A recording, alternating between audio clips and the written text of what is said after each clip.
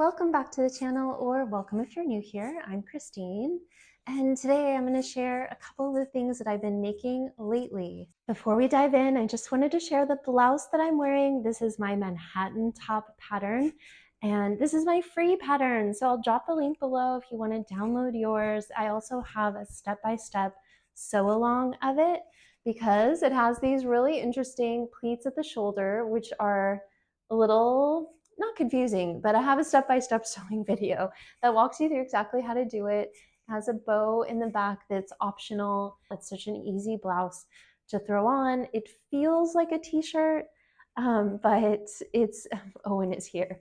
He wants to say hi. Let's see. Hi, Owen. Hi, buddy.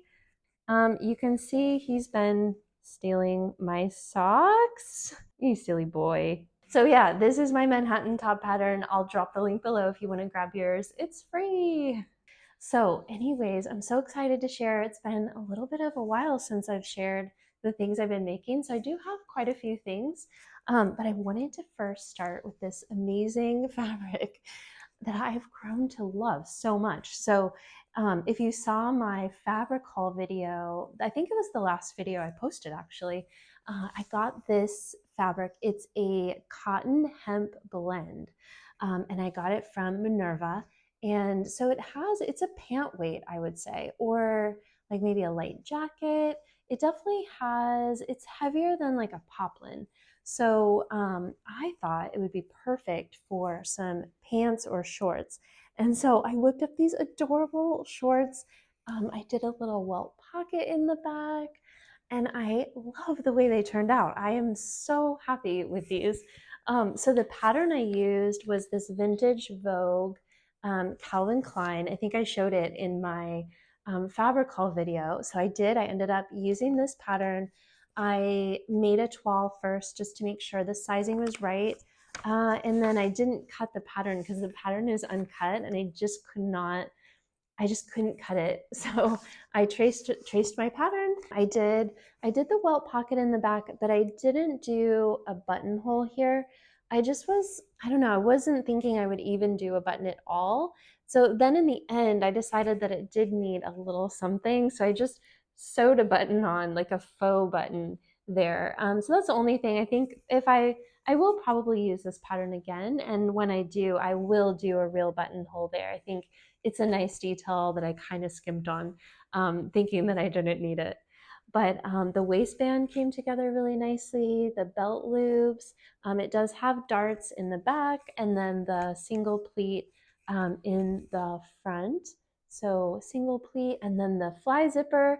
It had been like at least 10 years since I'd done a fly zipper. So that was really fun to do. I'm happy with the way it turned out.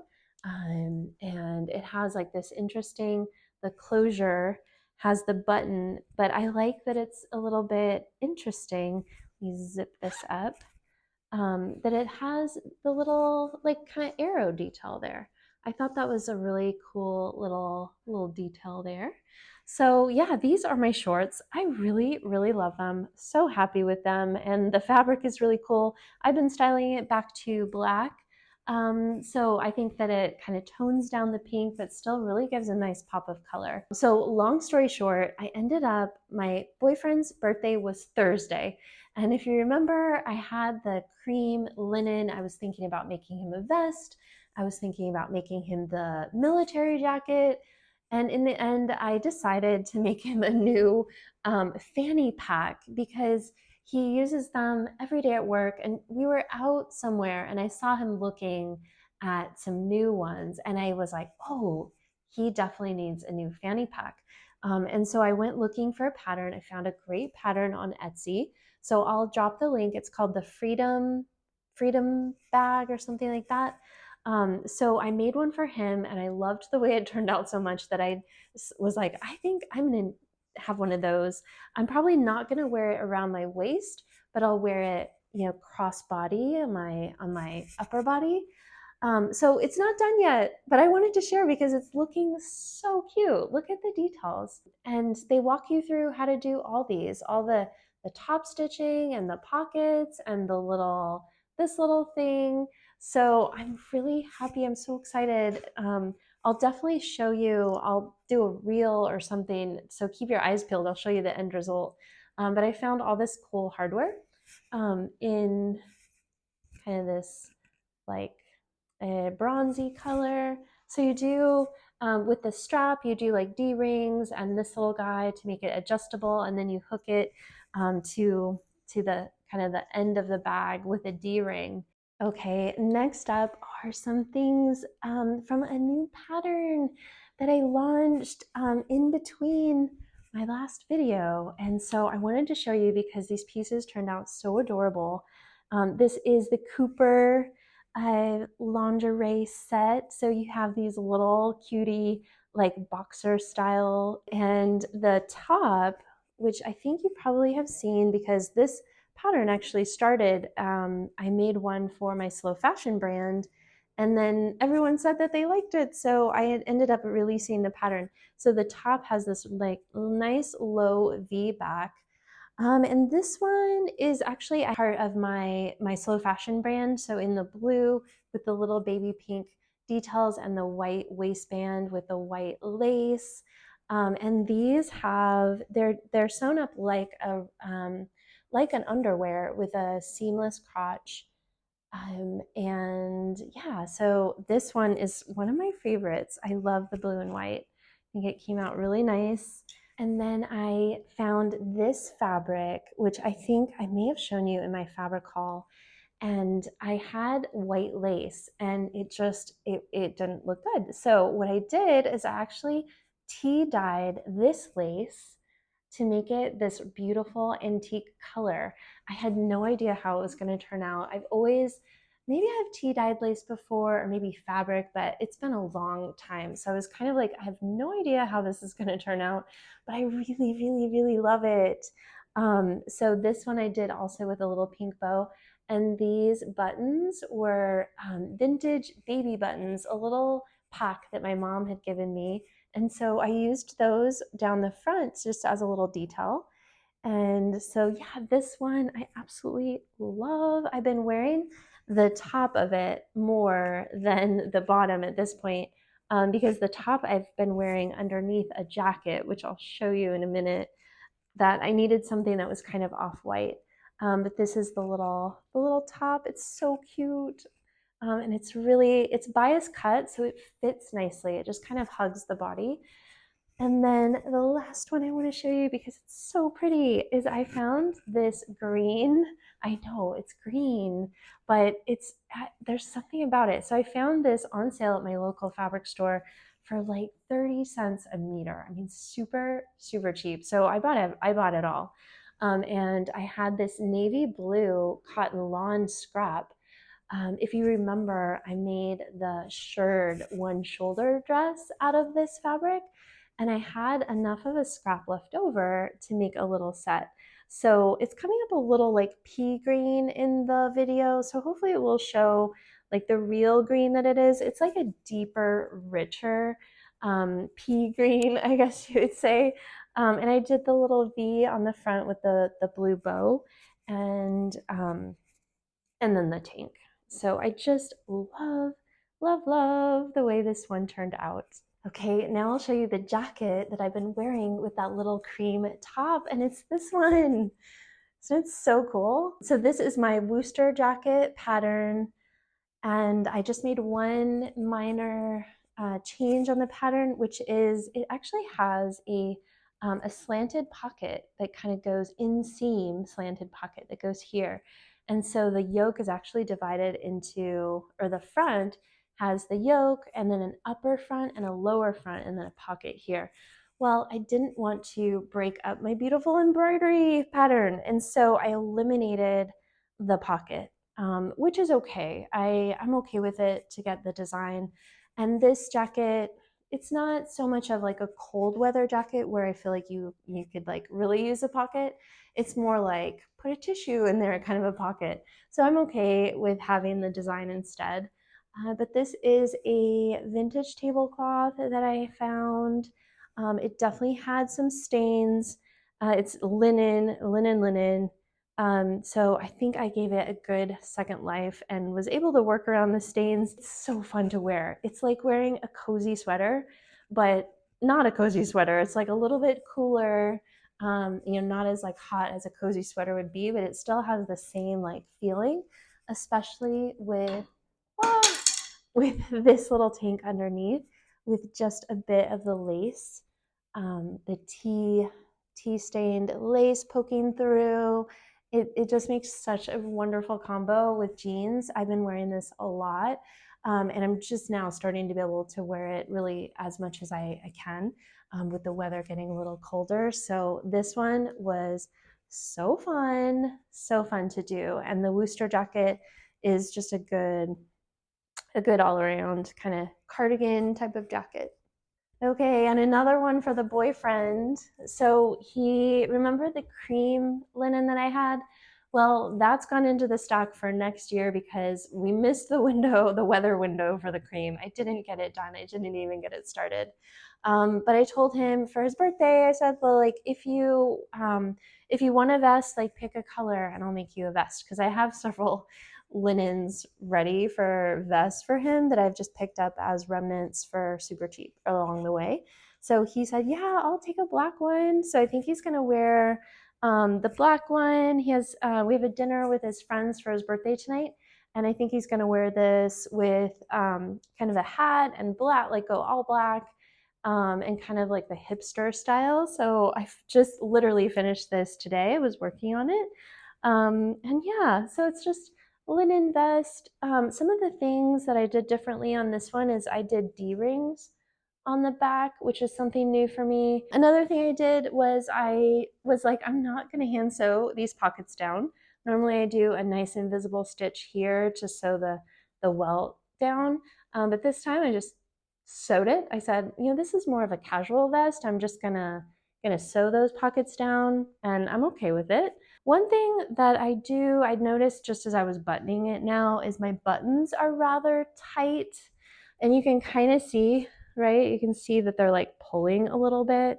Oh, so frustrating. I don't want to redo them. I don't think I'm going to redo them. He probably won't wear it buttoned anyways, but I definitely, I'm out of toothpicks. And so normally I would do a little fine toothpick underneath the button as I sew it on, as I zigzag it on. And that gives you, that just enough space that it's not pulling so tight. So yeah, that's the only thing, but you can't win them all. And then another cute piece from my slow fashion brand is this little blouse top with that from Battenberg lace with the little matching shorts. This is like a little getting ready set or pajama set, and I love that sheer detail right on the leg. And then the blouse has like a long puff sleeve, needs to be pressed a little bit, and then the design here, and then also on the back it has the little design right on at the center back. Look at how gorgeous this embroidery is. I just could look at it for days, and all those little points in between the Battenberg tape, so pretty. Okay, the last one I want to show you is also a new pattern that I've just launched called the Baxter pattern. And specifically, I wanted to walk through this sheer version that I made because I've gotten a lot of questions about how I did it. And so I'm going to answer them here. So the Baxter, it's like an oversized shirt with the sleeves, but the really cool part is the back has this yoke, has this button detail. So this is a functional button-on yoke. You can see from all the sides. It's just a little placket, and yeah, the sleeves just roll up, so they're kind of like a little cuffed sleeve, and yeah, button front, a two-piece collar. So the questions that I've gotten specifically with this really cool sheer version, I think I may have shared that I was thinking about doing this. This was inspired by a Frankie shop kind of trend. I guess they've started the trend on this sheer shirt look, and I was really curious. I wanted to try it. So I found this fabric. It's actually a polyester organza. So I had the option of getting silk organza, but I had no idea if this was going to turn out the way I thought it would. And silk organza being like 40 euros a yard, I just wasn't quite ready to make the investment.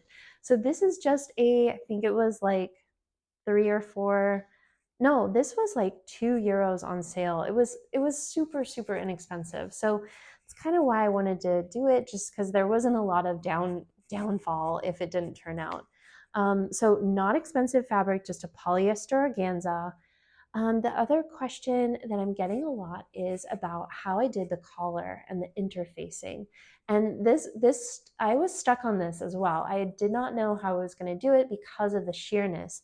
So what I ended up doing was just using my normal lightest weight knit interfacing, which is what I use anytime I use interfacing, I use the lightest weight knit fusible interfacing possible, because I don't like things to be very stiff with interfacing. Like even in this top, the facing has interfacing, and I can tell it's super, super lightweight, but that just lightweight knit interfacing gives it enough stabilization without being like rigid. So I used that same interfacing here. And what I did was I fused it to, well, obviously just to one side of my collar and one side of my collar band. And then what I've done is I made sure that the interfaced side of the collar and of the band, the interfaced collar is facing down. So this side is the side of the collar without any interfacing, and the under collar is the one that has the interfacing. And same for the collar band. So I've done the side with the interfacing is facing here. So the under. So this side is the interfacing, and this side is without the interfacing. So you don't really see it. Owen is barking. So that's how I did it. But honestly, the sides look almost identical.